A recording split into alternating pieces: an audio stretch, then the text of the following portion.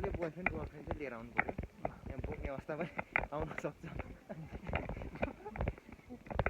त्यहाँ जबरजस्ती नहोस् अरू केही छ भन्नुपर्ने कुरा म त्यता भन्दा पनि माथि आएको कता यता के भएको यो पारा चाहिँ कहिले भाइरल हुने हो